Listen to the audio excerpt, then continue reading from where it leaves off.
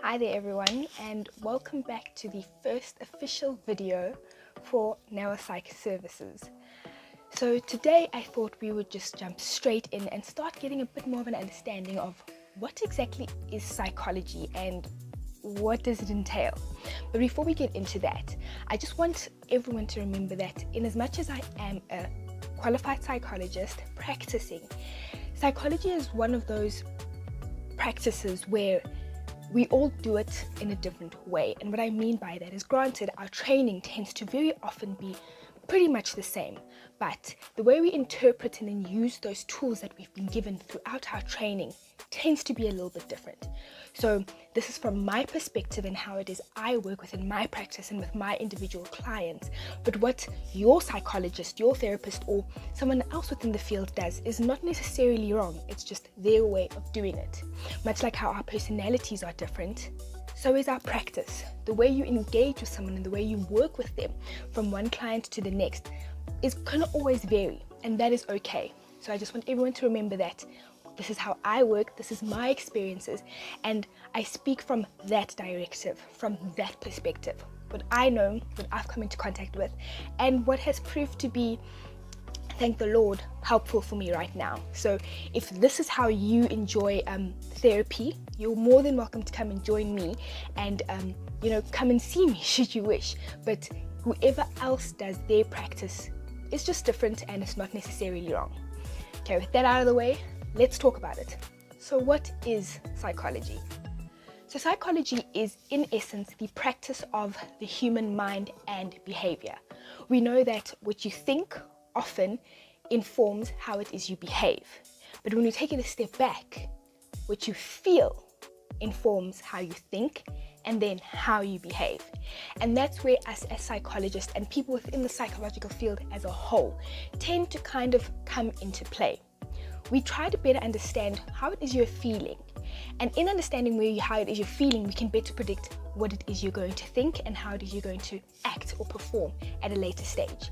So in understanding your emotions, you're pretty much well equipped and have all the tools to better understand how to move in much the same way in the future if it was, if it proved to be to some extent beneficial for you, or if it was a little bit more not so great and you were more disastrous and causing a lot of difficulty within your life and the lives of others. We then pay attention to those emotions and we try and backtrack them in order for you to not repeat the same mistakes. So in our training, what it is we look for is, as I said, studying the mind in order to understand how it is you're going to react. So we give you the tools to understand how to react later on in your life in a differential or more successful capacity, depending on in which direction you're coming from. So it's self-exploration, it's insight, and it's really just helping you know better for the future. In essence, that's what we as psychologists do. So the field of psychology is quite broad, and there are different forms of psychology that take place. And I'm going to put it pretty much in like two categories, for instance. So there are the more investigative or academic based psychologists, and those are the individuals who work within more of the corporate space or work through trying to gain more information about a particular behavior and then teach other individuals to better in their environment and increase their well-being, in essence. Then you have the second category, and those are more the practicing therapy-based psychologists. So those are the people who, when you look in the movies or you're watching a movie and you're laying on a big couch and they say, "So tell me, how does that make you feel?" I'm one of those. So we tend to work one-on-one directly with clients based on whatever it is, difficulties or advancements that they're trying to engage in. So we have investigative or academic psychologists within the field, and then we have the more therapeutic, therapy-based, active psychologists. So theory, practice, theory, practice. Okay, so what type of psychologists do you find? Wide variety. So the different types of psychologists that you find are clinical psychologist, educational psychologist, counseling psychologist, forensic psychologist, neuropsychologists, research psychologists, industrial psychologists, registered counselors. So a wide variety, all working within the umbrella field of psychology. But like I said, doing different things, either investigative, academic, theory-based, or practice, more practical-based, therapy-based psychologists. So when you think about what it is you're trying to do within your field, and if you decide that you want to come into within the space particularly, you've got to decide about what type of therapy you want to do. Are you wanting to work one-on-one with an individual, so face-to-face, helping them better their emotional capacity in order for them to become, to succeed in their lives, in essence? Or do you want to kind of help from more of ergonomic type of space, so within the company space, in order to help them be more efficient within their workspace? Or do you just want to grow the space of psychology, so through research and through understanding? And that's what each of them kind of speak to. But today, what I wanted us to focus on is the field of psychology that I have a lot more understanding, more of the therapeutic-based psychology. And that is a field that I am more well-versed in because it's what I do on a day-to-day basis. So these psychologists, as I had mentioned, are individuals who work more on a face-to-face, one-on-one capacity, where we're looking at the individual and helping them more than anything grow their sense of self, so become more efficient, become more well-rounded, more adjusted, and just helping them with their development on a day-to-day basis. And especially in times such as these, our emotions are going crazy. We have no understanding of what is coming, what we can expect, and that then changes and impacts our thinking. We start being more concerned, more doubtful, sad, low, maybe even more irritable and extremely stressed. And then it speaks to our bodies. We start lashing out. We start being more aggressive. Sometimes we just become more recluse. So we stop talking and engaging with people on a day-to-day basis. So coming to a talk therapist kind of helps you think about what the root of this is, 1. 2, what about it is causing you that difficulty, and then 3, how we can move past it.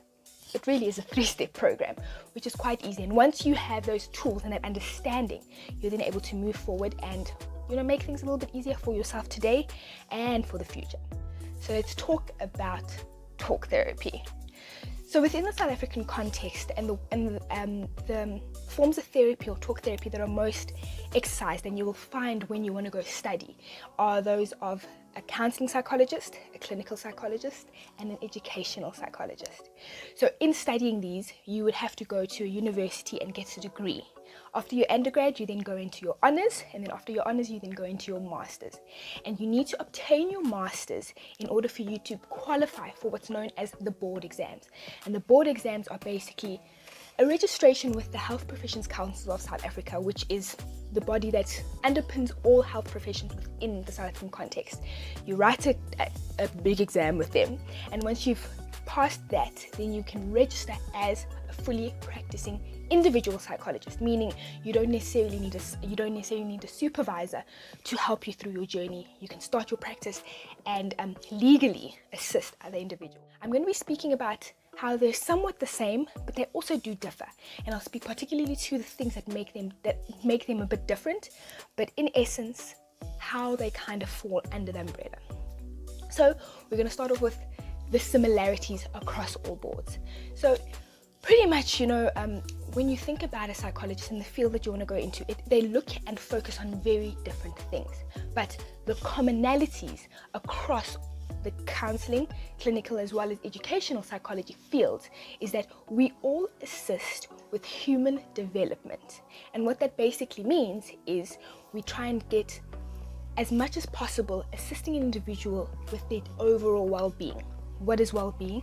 It is, in essence, mind, body, and soul kind of working together and ensuring that they're all on the same level and you're in a calm and manageable, but more than anything, coping space. You're able to cope with the day-to-day things that come into your life. So the idea is to help you get back into a place of stable state, whether it be developmentally or through the workspace or through just relationships with people. So social, economic, humanistic, whatever it might be. So that our intervention tends to be pretty much the same. All of us offer intervention through the form of psychotherapeutic work. So that's sitting down and talking. So therapy-based work. In addition to that, we also have a similarity in terms of doing assessments. Now, what type of assessments we do and the depth of assessments, of course, do vary to some degree, but they're all pretty much looking to achieve the same thing. So we get cognitive assessments where you're trying to understand someone's IQ, as they say. So to what extent are you able to achieve success compared to your peers? So it's always based on your age. There are also personality tests. There are also emotional tests, as well as aptitude tests, so your ability generally when it comes to going into a workspace. So assessments are going to be for various things. So you can get assessments for school-based. If, for instance, you know someone who's struggling within the schooling environment and you know there seems to be some sort of a delay but we don't know what's going on, you come in for a cognitive assessment, age specific of course, and then we see, okay, so what are the difficulties, and if we need to, we give further assessment or further referrals. Do you need to get a particular diagnosis, or do you need to just get additional support? It varies across the board. There isn't necessarily anything wrong with it, it just means you need a little bit more help, and there's nothing wrong with that. It's similar to when you think about an individual who is, if you've never driven a car before, initially, you're going to need a driving instructor or someone who has experience in driving a car. So the first 2 weeks, 2 months, you know, you're driving, you're stalling, you're having a bit of difficulty. Your instructor's sitting there next to you and coaching you and saying, try this. No, remember to do this. You've got to release the clutch. You've got to put the handbrake down. Remember to look left and right. That's basically what having a difficulty can sometimes amount to. You just need an instructor for an extended period of time to assist you and give you the tools on how to best utilize what you have in order for you to succeed in the future. Eventually, you end up knowing how to balance a car. You eventually know how to change gears, move up and down, reverse, and even do a side parking without the instructor next to you. That's the point of it. Slowly but surely building up your confidence at the place where you start in order for you to get to a place where you'd like to be. Some people it takes longer than others, but again, there's nothing wrong with that.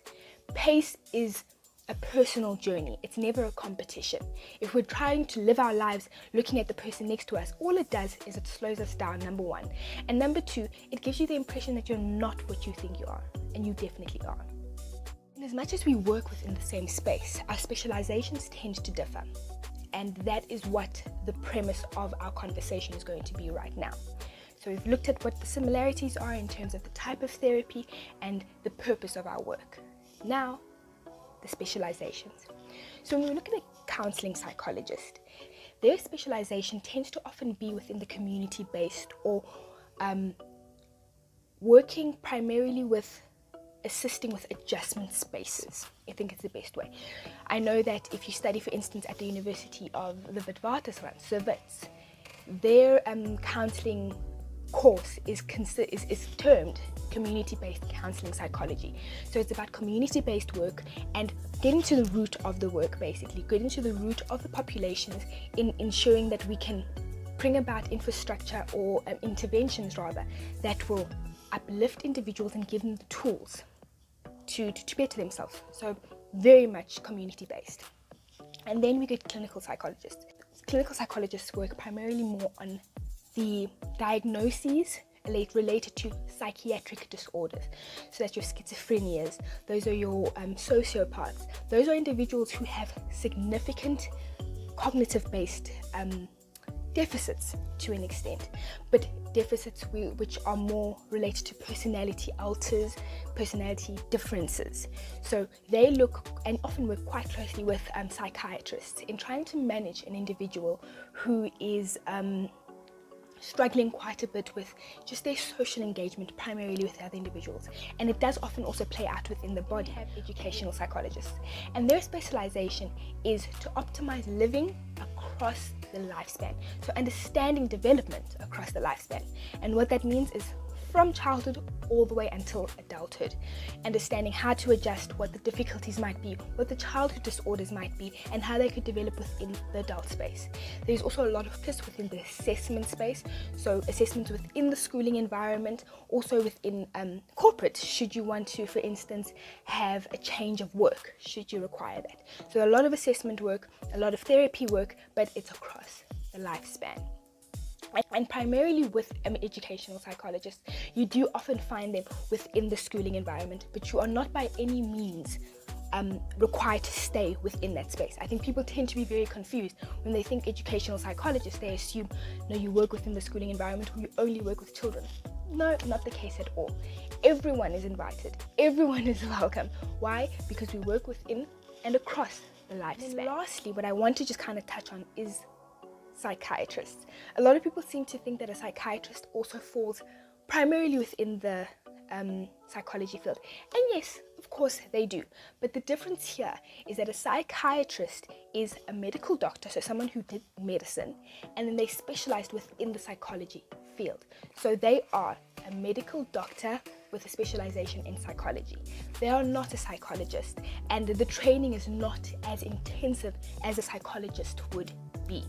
We are more focused primarily on assisting without pharmaceutical assistance as much as is possible. Of course, there are cases where an individual does need some sort of medication to ease their mood or just to help them through the process, and there's nothing wrong with that. So whenever you have a psychiatrist, it's always suggested that you also work alongside with a psychologist, just so that two heads are better than one. They come together, they work together, and then, you know, the well-being of the individual is paramount and forefront. Straight, plain and simple. Psychology is the study of the mind and understanding how it plays out within the body through understanding your emotions, which then leads to your thoughts, which then lead to your body, to your actions. Psychology 101. Pretty straightforward. Thank you very much for watching, and yeah, next time we'll be talking a little bit more about these different types of disorders and what they actually look like, because I think it's very important that we start understanding what it might look like in order for us to start helping more people. But yeah, so I'll see you guys in our next video. In the meantime, read up, stay tuned, and we'll keep talking. Thank you very much, and bye. So anytime anyone asks me, hey, what do you do for a living? And I say psychologist, the first thing they say is, so you can read my mind. Of course I can.